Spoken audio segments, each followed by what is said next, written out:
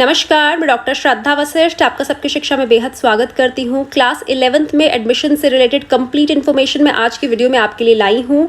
आज मैं आपको बताने जा रही हूँ कि कौन सी डेट से एडमिशन प्रोसीजर स्टार्ट हो जाएगा और एडमिशन प्रोसीजर की लास्ट डेट कौन सी होगी, एडमिशन के लिए मिनिमम एज और मैक्सिमम एज क्राइटेरिया क्या होगा और साइंस, कॉमर्स और ह्यूमैनिटीज़ में एडमिशन के लिए मिनिमम परसेंटेज क्या होगी और वह सारी इंपॉर्टेंट इन्फॉर्मेशन जो केंद्र विद्यालय संगठन ने रिलीज़ करी है क्लास 11th एडमिशन से रिलेटेड, मैं आज की वीडियो में उससे रिलेटेड जानकारी आपको देने जा रही हूं। मैं आप सभी से अपील करूंगी कि आप इस वीडियो को उन सभी स्टूडेंट्स के साथ शेयर करें जो क्लास 10th का जिनका रिजल्ट निकला है और क्लास 11th में वो केंद्र विद्यालय में एडमिशन लेना चाहते हैं। और अगर आपने अभी तक चैनल को सब्सक्राइब नहीं करा है तो चैनल को आज ही सब्सक्राइब करें। तो सबसे पहले मैं आपको बताने जा रही हूँ डेट से रिलेटेड इंपॉर्टेंट इन्फॉर्मेशन, यानी कि दाखिले की तारीखों से संबंधित महत्वपूर्ण जानकारी। तो सबसे पहले मैं आपको बताना चाहूँगी कि केंद्र विद्यालय संगठन के जो एडमिशन शेड्यूल है उसके अनुसार जैसे ही क्लास 10th का रिजल्ट निकलेगा उसके 20 दिनों के अंदर अंदर क्लास 11th में एडमिशन से रिलेटेड लिस्ट भी निकल जाएगी और एडमिशन भी हो जाएंगे। लेकिन 20 दिनों के अंदर अंदर किन के एडमिशन होंगे ये आपके लिए जानना ज़रूरी है। सबसे पहले उन स्टूडेंट्स के एडमिशन 20 दिनों के अंदर हो जाएंगे जो उसी केंद्र विद्यालय में क्लास 10th में पढ़ रहे थे और अब वे क्लास 11th में एडमिशन लेने जा रहे हैं। मतलब कि सेम केवी से जो स्टूडेंट्स आ रहे हैं क्लास 11th में जा रहे हैं उनका एडमिशन 20 डेज़ के अंदर हो जाएगा। साथ ही मैं आपको यह भी बताना चाहूँगी कि जो स्टूडेंट्स केवी ट्रांसफ़र के थ्रू आ रहे हैं उनका भी शुरुआती दौर में एडमिशन हो जाएगा। केवी ट्रांसफ़र के थ्रू यानी कि मान लीजिए कोई स्टूडेंट केंद्र विद्यालय दिल्ली में पढ़ता है और अब वो केंद्र विद्यालय हिमाचल प्रदेश में इसके फादर का ट्रांसफ़र हो गया, वह केंद्र विद्यालय हिमाचल प्रदेश में अब उसका एडमिशन होगा, तो वह भी केवी ट्रांसफ़र का एक केस हुआ। तो उन ऐसे स्टूडेंट्स का भी एडमिशन फर्स्ट 20 डेज़ में केंद्र विद्यालय संगठन के एडमिशन शेड्यूल के अकॉर्डिंग हो जाएगा। अब सबसे पहले मैंने आपको बताया मौका नहीं मिलेगा वह स्टूडेंट्स जो सेम केंद्र विद्यालय से क्लास 10 से क्लास 11 में प्रमोट हो रहे हैं। दूसरा मौका नहीं मिलेगा जो केवी ट्रांसफ़र के थ्रू आ रहे हैं और उसके बाद जो सीट्स बचेंगी उन पर उन बच्चों को मौका मिलेगा जो नॉन केवी स्टूडेंट्स हैं, यानी कि वो किसी और स्कूल से केंद्र विद्यालय में आ रहे हैं, चाहे गवर्नमेंट स्कूल से आ रहे हैं, चाहे किसी प्राइवेट स्कूल से आ रहे हैं, चाहे वो सैनिक स्कूल से आ रहे हैं, चाहे वह नवोदय स्कूल से आ रहे हैं या फिर किसी और स्कूल से अब वे केंद्र विद्यालय का हिस्सा बनना चाहते हैं क्लास 11th में, तो फिर उनका एडमिशन होगा। तो ऐसे में आपको क्या करना है, वह स्टूडेंट्स जो नॉन केवी स्कूल्स में हैं और आप केवी में एडमिशन चाहते हैं, तो जिस भी केंद्र विद्यालय में आप एडमिशन चाहते हैं आप उसकी वेबसाइट को चेक करते रहें और उस स्कूल के बाहर के नोटिस बोर्ड को भी चेक करते रहें। याद रखिएगा, केंद्र विद्यालय की वेबसाइट को चेक करना है और स्कूल के बाहर के नोटिस बोर्ड को भी आपने चेक करना है। केंद्र विद्यालय की वेबसाइट आप कैसे उस तक पहुंचेंगे, जो भी केंद्र विद्यालय है उसका नाम लिख देंगे। फॉर एग्जाम्पल आपने लिखना है, मैं एग्जाम्पल के तौर पर बता रही हूँ आपको, जैसे कि दिल्ली में एक जगह है जनकपुरी, तो जनकपुरी केंद्र विद्यालय आप ऐसे डालेंगे, गूगल पे क्लिक करेंगे तो सबसे पहले जनकपुरी केंद्र विद्यालय की वेबसाइट आपके सामने आ जाएगी, उसे क्लिक कर देंगे। तो जहाँ भी आप रहते हैं, अगरतला केंद्र विद्यालय, जयपुर केंद्र विद्यालय, जयपुर केवी 1 या फिर पंचकुला केवी, ऐसे करके कहीं भी आप हैं, पंचकुला हरियाणा केंद्र विद्यालय, तो उसकी वेबसाइट जैसे गूगल पे क्लिक करेंगे उसकी क्या वेबसाइट आ जाएगी और उस पर आप अनाउंसमेंट सेक्शन पे चेक करते रहें कि स्कूल ने कोई नोटिस इससे रिलेटेड निकाला है। याद रखिएगा रोज़ चेक करना है। और स्कूल के बाहर जो एक नोटिस बोर्ड होता है, स्कूल के गेट के बाहर एक नोटिस बोर्ड रखा होता है, हर केंद्र विद्यालय के बाहर एक नोटिस बोर्ड होता है, उस पर भी आप चेक करते रहें। यह मैं स्पेशली बता रही हूँ नॉन केवी स्टूडेंट्स के लिए। और केंद्र विद्यालय संगठन के दिशा निर्देशों के अनुसार जिस दिन क्लास 10th का रिजल्ट निकला है उसके exact 30th day class 11th के एडमिशन्स क्लोज हो जाएंगे, यानी कि 30 दिनों के अंदर अंदर सबसे पहले एडमिशन होगा उन स्टूडेंट्स का जो सेम केवी से क्लास 10 से क्लास 11th में हो रहे हैं। फिर उन स्टूडेंट्स का एडमिशन होगा जो केवी ट्रांसफ़र के थ्रू आ रहे हैं और तीसरे नंबर पर उन स्टूडेंट्स का एडमिशन होगा जो नॉन केवी स्कूल से अब केवी में एडमिशन लेने जा रहे हैं। उम्मीद करती हूँ डेट से रिलेटेड इन्फॉर्मेशन आपको समझ आ गई होगी। लेकिन आपको बताना चाहूँगी क्योंकि ऑफलाइन एडमिशन होते हैं इसीलिए आपको केवी की वेबसाइट को, उस केवी की वेबसाइट को जिसमें आप एडमिशन लेना चाहते हैं, चेक करना होगा। और हाँ, आप एक से ज़्यादा केवी के फॉर्म भर सकते हैं। जी हाँ, ऐसा नहीं है कि आपने एक केवी का फॉर्म भर दिया तो आप और नहीं भर सकते, ऐसा नहीं है। ये ऑफलाइन फॉर्म है। ऑफलाइन फॉर्म में कोई लिमिट नहीं होती है, ये कितने फॉर्म आप भरना चाहते हैं। आप एक से ज़्यादा केवी के फॉर्म भी भर सकते हैं, बशर्ते उस केवी में आप जो स्ट्रीम चाहते हैं वह आपको मिल रही है। अब एक और बहुत ही इंपॉर्टेंट इन्फॉर्मेशन एज से रिलेटेड। बहुत से स्टूडेंट्स के मुझे मैसेजेस आते हैं कि मैम मिनिमम एज और मैक्सिमम एज के बारे में बताइए। तो केंद्रीय विद्यालय संगठन के गाइडलाइंस के अकॉर्डिंग केवी में क्लास 11th और क्लास 12th में मिनिमम एज और मैक्सिमम एज का कोई क्राइटेरिया ही नहीं होता। आपकी कोई भी मिनिमम एज है, कोई भी एज है, आपका एडमिशन केवी में हो सकता है, बशर्ते जिस साल आप क्लास 11th में एडमिशन लेना चाहते हैं उसी साल आपका क्लास 10th का रिजल्ट आया है, और जिस साल आप क्लास 12th में एडमिशन लेना चाहते हैं उसी साल आपका क्लास 11th का एडमिशन आया। आप समझ रहे हैं मेरी बात? क्योंकि आपका इसी साल क्लास 10th का एडमिशन रिजल्ट आया, तो इसीलिए आपको क्लास 11th में एडमिशन लेने के लिए मिनिमम और मैक्सिमम एज के क्राइटेरिया में आपको कोई प्रॉब्लम नहीं होगी। There is no minimum age criteria and maximum age criteria for class 11th students. क्योंकि केवी में सिर्फ ये देखा जाता है कि एज के रिलेटेड ये देखा जाता है कि कोई गैप ईयर नहीं होना चाहिए। कोई गैप ईयर नहीं है, क्लास 10th जिस साल करा है उसी क्लास 11th में आप एडमिशन लेने जा रहे हैं, तो कोई मिनिमम एज और मैक्सिमम एज का क्राइटेरिया है ही नहीं। There is no upper age limit and there is no lower age limit. अब मैं आपको बताने जा रही हूँ कि तरीका क्या है, मेथड क्या होता है क्लास 11th में एडमिशन के लिए। तो आपको कितना परसेंटेज मार्क्स होने चाहिए। तो केवी के स्टूडेंट्स जो क्लास 10 से क्लास 11th में आएंगे उनके लिए एडमिशन के लिए, साइंस स्ट्रीम में एडमिशन के लिए कम से कम 60% एग्रीगेट मार्क्स होने चाहिए इन ऑल सब्जेक्ट्स। कॉमर्स में 55% होने चाहिए एग्रीगेट इन ऑल सब्जेक्ट्स, और ह्यूमैनिटीज़ में कम से कम आपको पास तो होना ही है। और अगर सेम स्कूल के स्टूडेंट्स को केवी में एडमिशन करवाने के बाद और केवी ट्रांसफ़र के थ्रू एडमिशन करवाने के बाद भी सीट्स खाली रह जाती हैं, तो ऐसे में नॉन केवी स्टूडेंट्स को एडमिशन का मौका मिलता है। किन्हें मौका मिलता है? नॉन केवी स्टूडेंट्स को, यानी कि वे स्टूडेंट्स जो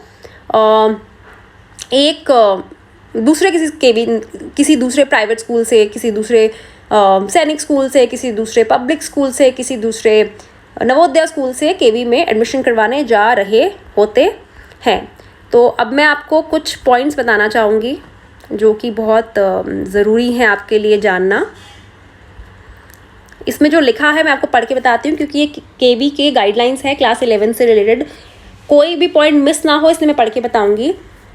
Admissions in different streams, that is science, commerce, humanities of class 11th in KVs for KV students will be based on aggregate marks scored in class 11 exam as under। मैंने आपको बता दिया, science में 60% marks होने चाहिए, commerce के लिए 55% और ह्यूमैनिटीज़ के लिए एटलीस्ट पास होना चाहिए।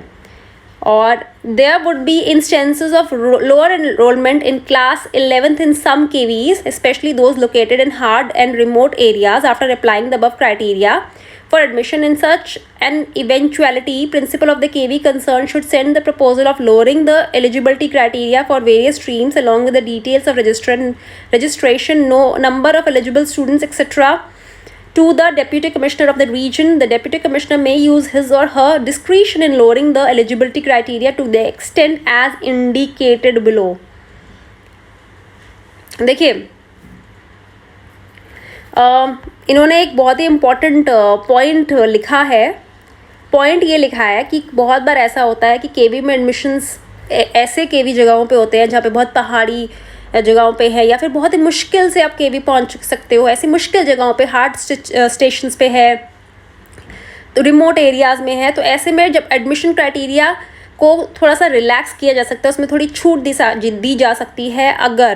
अगर क्लास 11th में एडमिशन कम हुआ है, तो ऐसे में स्कूल की प्रिंसिपल बात करेगी डिप्टी कमिश्नर से उस रीजन के, और डिप्टी कमिश्नर अगर अलाउ करता है तो एडमिशन के लिए क्राइटेरिया मार्क्स का कम किया जा सकता है। जैसे कि साइंस में 55% किया जा सकता है, कॉमर्स में 50% किया जा सकता है, ह्यूमैनिटीज़ में पहले से ही मिनिमम पासिंग परसेंटेज ही था।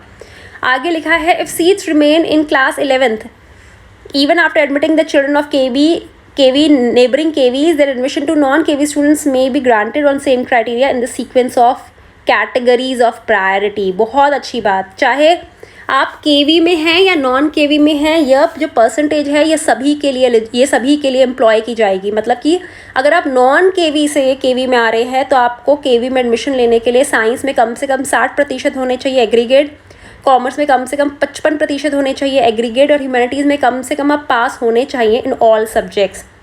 तो केवी के लिए परसेंटेज और नॉन केवी के लिए परसेंटेज ये ही है, सभी के लिए ये ही है।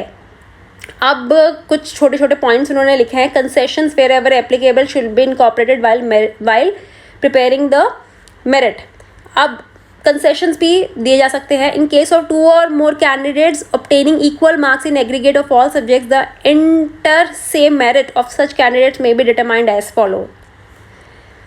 अगर देखिए, पहले मैं बात बताती हूँ आपको, जो नॉन केवी वाले स्टूडेंट्स केवी में आ रहे हैं उनकी परसेंटेज मैंने आपको बता दी। अब प्रायोरिटी सिस्टम एम्प्लॉय किया जाएगा, यानी कि प्राथमिकता का जो एक हिसाब होता है, जिसमें मैंने आपको बताया था कैटेगरीज होती हैं, अलग अलग गवर्नमेंट एम्प्लॉयज़ के बच्चे होते हैं या स्टेट गवर्नमेंट एम्प्लॉयज़ के बच्चे होते हैं, या फिर कुछ और रिजर्वेशंस होते हैं। उन रिजर्वेशंस को माइंड में रखते हुए, उन आरक्षण को माइंड में रखते हुए साइंस में एडमिशन के लिए 60% कम से कम, कॉमर्स में 55 और ह्यूमैनिटीज में कम से कम पास स्टूडेंट होना चाहिए। उसकी बेस पर नॉन केवी स्टूडेंट्स को केवी में एडमिशन मिलेगा। अब आगे एक और पॉइंट, अगर सपोज एडमिशन के लिए स्टूडेंट्स आ रहे हैं और 2 स्टूडेंट्स के मार्क्स बिल्कुल बराबर हैं, तो जिस स्टूडेंट के मैथ्स में मार्क्स ज़्यादा हुए उन्हें से एडमिशन में प्रायोरिटी मिलेगी। अगर स्टूडेंट्स आ रहे हैं जिनके मार्क्स मैथ्स में भी बराबर है, सिचुएशन में कि 2 स्टूडेंट्स हैं उनके एग्रीगेट बराबर और मैथ्स में भी बराबर मार्क्स हैं, तो मैथ्स और साइंस को टोटल किया जाएगा, फिर एडमिशन दिया जाएगा। और अगर ऐसा होता है कि कोई स्टूडेंट ऐसे हैं, 2-3 स्टूडेंट ऐसे हैं जिनके एग्रीगेट बराबर है, मैथ साइंस का टुगेदर लिए तब भी बराबर है, तो ऐसे में जिस स्टूडेंट की उम्र बड़ी है उसे एडमिशन दिया जाएगा। और प्रिंसिपल को जो नॉन केवी स्टूडेंट्स हैं क्लास 11th में, उन्हें 40 स्ट्रेंथ तक ही वह एडमिशन दे सकते हैं। आपको याद रखना है कि 40 तक ही, मतलब कि सपोज करो कि क्लास में 34 बच्चों का एडमिशन हुआ है, अब 6 सीट्स खाली रह गई, तो प्रिंसिपल ने नॉन केवी स्टूडेंट्स के लिए वह सीट्स ओपन कर दी, तो आप 40 तक ही आप स्टूडेंट्स को एडमिशन दे सकते हो, 40 नंबर तक ही पर section. In case of KV children normally the class strength be restricted to 55 और लेकिन अगर केवी के स्टूडेंट्स हैं तो आप 55 तक नंबर आप ले जा सकते हो। और अगर 55 से भी बढ़ रहा है नंबर क्लास 11 में एडमिशन का केवी स्टूडेंट्स का, मतलब कि आप क्लास 10 से केवी से आए हैं क्लास 10 से, और अब क्लास 11 में केवी में एडमिशन ले रहे हैं या फिर केवी ट्रांसफ़र से आए हैं, तो ऐसे में 55 तक आपको एडमिशन, 55 तक आप स्टूडेंट्स एक सेक्शन में रख सकते हैं। अब फिर भी ज़्यादा हो रहे हैं तो आप एक और सेक्शन तैयार कर लीजिए। और बाकी सर्टिफिकेट्स वगैरह का लिखा है कि उन्हें सर्टिफिकेट्स में थोड़ा सा उन्हें एडमिशन में मौका मिलेगा। अगर गेम्स और स्पोर्ट्स में है, स्काउटिंग और गाइड में, NCC, adventure activities various levels, तो इतना कंसेशन मिल सकता है। पार्टिसिपेशन किया हुआ है SGFI और इक्विवेलेंट लेवल पे 6% मार्क्स एग्रीगेट, और स्टेट लेवल पे KVS इंटरनेशनल है 4% मार्क्स एग्रीगेट, KVS रीजनल है लेवल पे 2% मार्क्स एग्रीगेट। SC ST और दिव्यांग बच्चों को 4% मार्क्स का रिलैक्सेशन मिल सकता है for admission in class 11th। तो मेन पॉइंट्स मैं आपको बता चुकी हूँ, मैं एक बार फिर से बता देती हूँ, आपको कन्फ्यूजन ना होए। और ये याद रखिएगा, ये जो मेन पॉइंट्स है ये पूरी वीडियो का क्रक्स है। पहला पॉइंट, जब क्लास 10th का रिजल्ट निकल जाएगा उसके 30वें दिन क्लास 11th के एडमिशन के लास्ट डेट होगी। सबसे पहला एडमिशन केवी स्टूडेंट्स को मिलेगा जो उसी केवी क्लास 10 से क्लास 11th में जा रहे हैं, प्रमोट हो रहे हैं 10 से 11th में। दूसरा मौका केवी ट्रांसफ़र के तो जो स्टूडेंट्स आ रहे हैं उन्हें मिलेगा, और तीसरा मौका नॉन केवी स्टूडेंट्स को मिलेगा केवी में एडमिशन लेने का क्लास 11th में। अब आप जो वह स्टूडेंट जो नॉन केवी स्कूल्स में पढ़ रहे हैं और केवी में जाना चाहते हैं, उन्हें उन स्कूल की वेबसाइट्स को समय समय पर चेक करना पड़ेगा। समय समय पर मतलब रोज़ाना चेक करना पड़ेगा। जिन स्कूल्स में आप एडमिशन लेना चाहते हैं फॉर्म्स ऑफलाइन होंगे और आप एक से ज़्यादा केवी के ऑफलाइन फॉर्म भर सकते हैं। अब अगला सवाल उठता है कि कोई minimum as maximum age criteria है? कोई minimum as maximum age criteria नहीं है, आपका गैप ईयर नहीं होना चाहिए बस। अगला, अगर आप साइंस, कॉमर्स या ह्यूमैनिटीज़ में एडमिशन चाहते हैं तो साइंस में कम से कम 60% एग्रीगेट होना चाहिए केवी में एडमिशन के लिए for all students, KV and non KV. Commerce में 55% एग्रीगेट होना चाहिए इन ऑल सब्जेक्ट्स, और ह्यूमैनिटीज़ में मिनिमम पासिंग मार्क्स आपके होने चाहिए क्लास 10th में क्लास 11th के एडमिशन के लिए। और एक और चीज़ का आपको ध्यान रखना है कि जब एडमिशन होगा तो प्रायोरिटी सिस्टम को ध्यान में रखते हुए नॉन केवी स्टूडेंट्स का एडमिशन होगा इन क्लास 11th। और अगर 2 स्टूडेंट्स के मार्क्स बराबर हैं, सब चीज़ें बराबर है, तो जिस स्टूडेंट के मैथ्स में मार्क्स ज़्यादा है उसे एडमिशन में प्रायोरिटी मिलेगी। जिसके मैथ्स में 2 स्टूडेंट्स के वैसे मार्क्स बराबर है और मैथ्स में भी बराबर है तो मैथ साइंस के जोड़ कर देखा जाएगा। और जिन लोगों के मैथ साइंस जोड़ कर भी बराबर है तो ऐसे में डेट ऑफ बर्थ जिसकी बड़ी है, जिसकी उम्र बड़ी है, उसे एडमिशन दिया जाएगा। और जब नॉन केवी स्टूडेंट्स का प्रिंसिपल एडमिशन करेगी तो क्लास स्ट्रेंथ जैसे ही 40 हो जाएगी ना, एक सेक्शन में 40 बच्चे आते हैं, तो जैसे 40 बच्चे हो जाएंगे एडमिशन क्लोज कर दिया जाएगा। लेकिन अगर केवी स्टूडेंट्स का एडमिशन चल रहा है और 55 तक स्टूडेंट्स जा रहे हैं, तब भी 55 तक जाने दिया जाएगा, और 55 से ज़्यादा हो रहे तो नया सेक्शन खोल दिया जाएगा। तो ये थे कुछ इंपॉर्टेंट पॉइंट्स और मुझे लगा कि मैं आपके साथ डिस्कस करना चाहिए। तो इस वीडियो में कोई भी ऐसा पॉइंट मैंने क्लास 11th का नहीं छोड़ा है जिसमें आपको कन्फ्यूजन हो। कोई एंट्रेंस टेस्ट नहीं होता क्लास 11th में एडमिशन के लिए, मेरिट की बेस पर एडमिशन होते हैं। केवी में सिर्फ क्लास 9th में एडमिशन के लिए एंट्रेंस टेस्ट होता है, और 11th में एडमिशन के लिए कोई भी एंट्रेंस टेस्ट नहीं होता है।